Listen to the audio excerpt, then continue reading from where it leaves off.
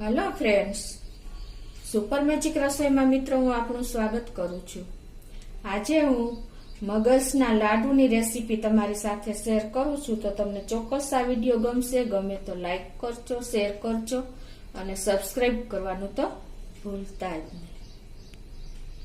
તો મગજના લાડુ બનાવવા માટે ઇન્ગ્રેડિયન્ટમાં મેં 250 ગ્રામ બેસન લીધું છે, 150 ગ્રામ દળેલી ખાંડ છે, 150 ગ્રામ ઘી છે અને 2 થી 3 ટેબલ સ્પૂન જેટલું આપણે દૂધ લેશું। અને તો હવે આપણે બનાવવાનું ચાલુ કરીએ।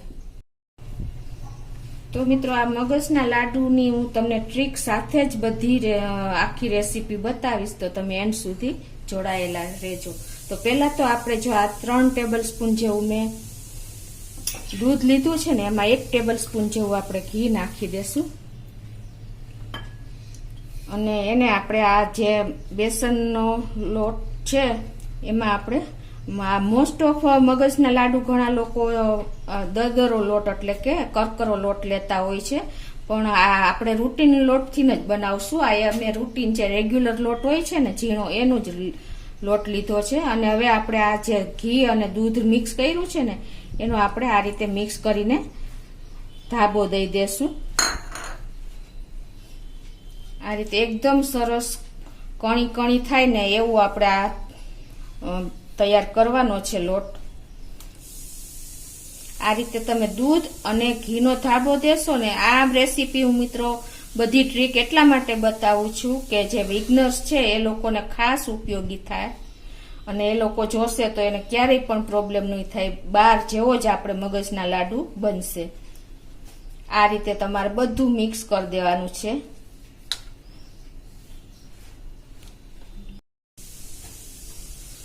અને મિત્રો, આપણે હવે જો આ ધાબો દીધા પછી આપણે આ રીતે એકદમ સરસ મિક્સ કરી દેવાનું છે।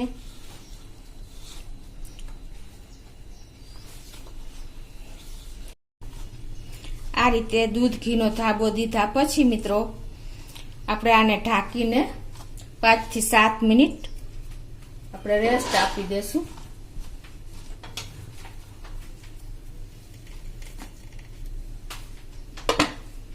હવે આપણે 5 થી 7 મિનિટ થઈ ગઈ છે અને હવે આપણે આ જે ધાબો દીધેલો લોટ છે ને એ આપણે જે ઘઉંના લોટની ચાયણી હોય છે ને એમાં ચાળી લેશું।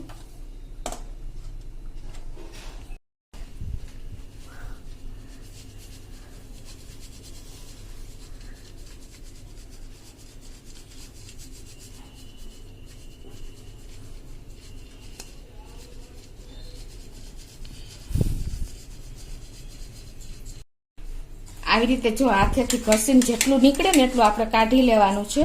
અને હવે આ કણી જો આપણે ચાયણામાં ન નીકળે એટલે આને આપણે મિક્સર જારમાં ફેરવી લેશું અને પછી ચાળશું।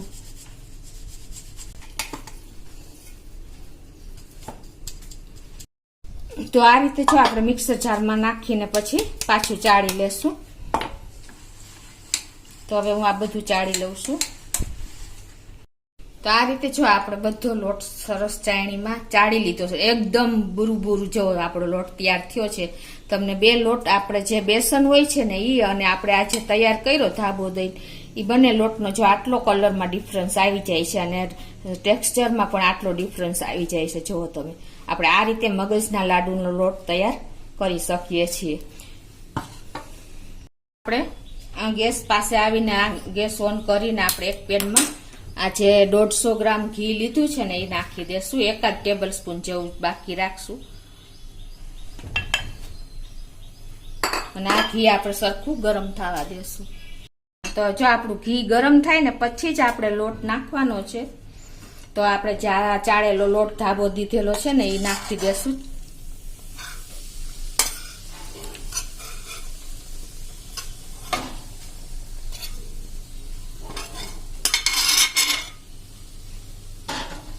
અને હવે આને આપણે મીડિયમ ફ્લેમ ઉપર શેકવાનો છે।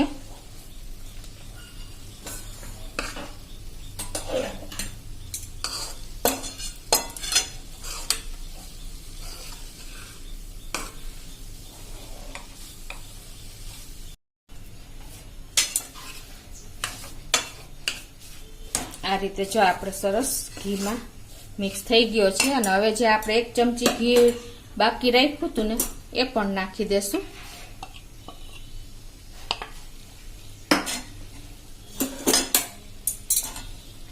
અને આને આપણે કન્ટિન્યુ મીડિયમ ફ્લેમ ઉપર શેકતા રહેશું. આ રીતે જો આપણે કન્ટિન્યુ મીડિયમ ફ્લેમ ઉપર ચલાવતા જ રહ્યા છીએ અને આપણો લોટ જો એકદમ ફ્લફી થઈ ગયો છે, હલકો થઈ ગયો છે, જારી પડી ગઈ છે. જો તમને ખ્યાલ આવી જતો હશે. આ રીતે આપણે જે રૂટીન લાડુ બનાવી છે ને મિત્રો બેસનના, યેલોઇશ એટલે કે પીળાશ ઉપર હોય છે અને આ આપણે સેજ હલકા ગોલ્ડન કલરનો કરવાનો છે.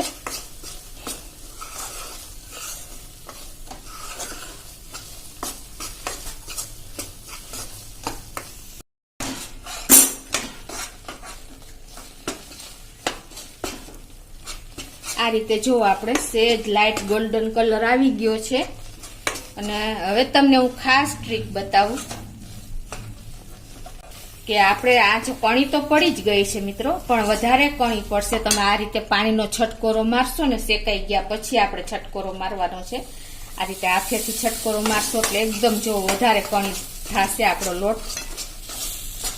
આ રીતે તમારે 2 મિનિટ પાછો શેકા પછી આપણે 2 થી 3 વખત આ રીતે પાણીનો છટકોરો મારશો એટલે આપણો એકદમ દાણેદાર લોટ તૈયાર, શેકેલું આ જે બેસનનું છે બેટર એ તૈયાર થશે. હજી એકવાર આપણે આ રીતે છટકોરો મારી દેશું. હવે આપણું બેસન પણ જો શેકાવાની તૈયારી થઈ ગઈ છે, ગોલ્ડન કલર આવી ગયો છે.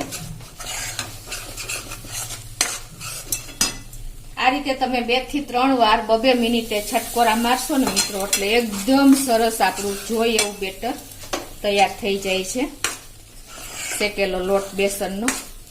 જો છે ને એકદમ કણી કણી જેવો. જો આપણે લોટ, આપણે કરકરો લોટ નથી લીધો પણ ધાબો દઈને આ રીતે પાણીનો છટકોરો મારીને આપણે આવું બેટર તૈયાર કરી શકીએ છીએ. હવે આપણો લોટ પણ શેકાઈ ગયો છે અને ગેસ પણ બંધ કરી દઉં છું અને હવે આપણે નીચે લઈ લેશું. આ રીતે આપણે એને પેનમાં નથી રાખવાનું, નહીતર વધારે શેકાઈ જશે અને કલર ચેન્જ થઈ જશે. એટલે આપણે એક પ્લેટમાં લઈ લેશું અને એને ઠંડો થવા દેશું. આ રીતે આપણે 1-2 મિનિટ આવી રીતે હલાવીને ઠંડો કરી લેવાનો છે. આ રીતે થોડુંક ઠંડુ થાય ને પછી જ આપણે આ દળેલી ખાંડ નાખવાની છે. દળેલી ખાંડની જગ્યાએ મિત્રો તમે બુરું પણ લઈ શકો છો. આ મેં 150 ગ્રામ દળેલી ખાંડ લીધી છે. આ રીતે આપણે મિક્સ કરી લેશું.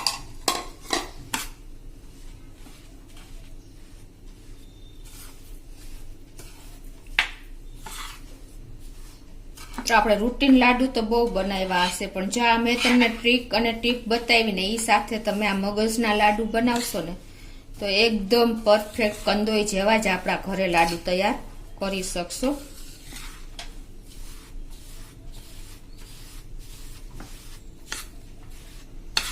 આ રીતે આપણે ખાંડ મિક્સ કર્યા પછી આપણે એને ઢાંકીને 1 કલાક રહેવા દેશું. આ રીતે પછી જ આપણે લાડુ વાળશું.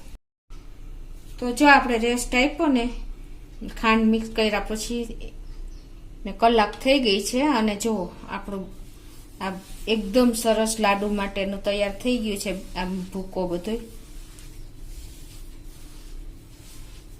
હવે આના આપણે પરફેક્ટ મેજરમેન્ટ સાથે જો તમારે લાડવા વાળવા હોય ને મિત્રો તો તમારે કાંઈ પણ એક લઈ લેવાનો ચમચો કે કાંઈ પણ, અને એ એક સાઈઝના જ તમારે લાડુ તૈયાર થશે. તો અત્યારે હું જો આ નાની સાઈઝના લાડુ વાળું છું એટલે આ રીતે તમે પરફેક્ટ મેજર આવશે. આ રીતે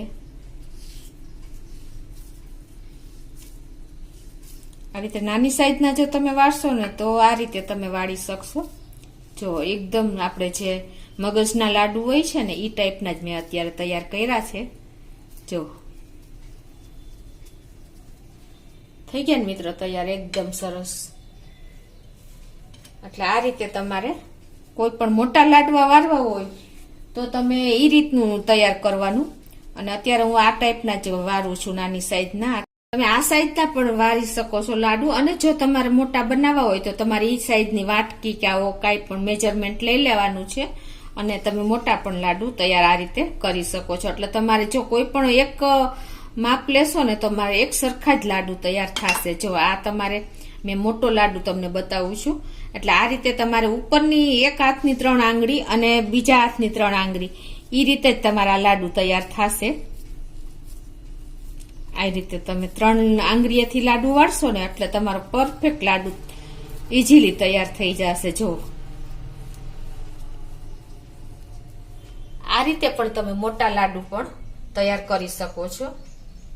તો આ રીતે જો આપણે મગજના લાડુ તૈયાર કર્યા છે મિત્રો, એકદમ પરફેક્ટ મેજરમેન્ટ સાથે આપણે તૈયાર એક સરખા જ લાડુ તૈયાર થાય છે. તમે જો આ રીતે બનાવશો તો આ મગજના લાડુ મિત્રો આપણે જે બિગનર્સ છે, જે નવી બહેનો રસોઈ શીખે છે એના માટે મેં આ રેસીપી લઈને આવી છું. તો મેં પરફેક્ટ રેશિયો સાથે અને બધી ટિપ્સ અને ટ્રિક્સ સાથે જ મેં આ લાડુ તમને બતાવ્યા છે મિત્રો.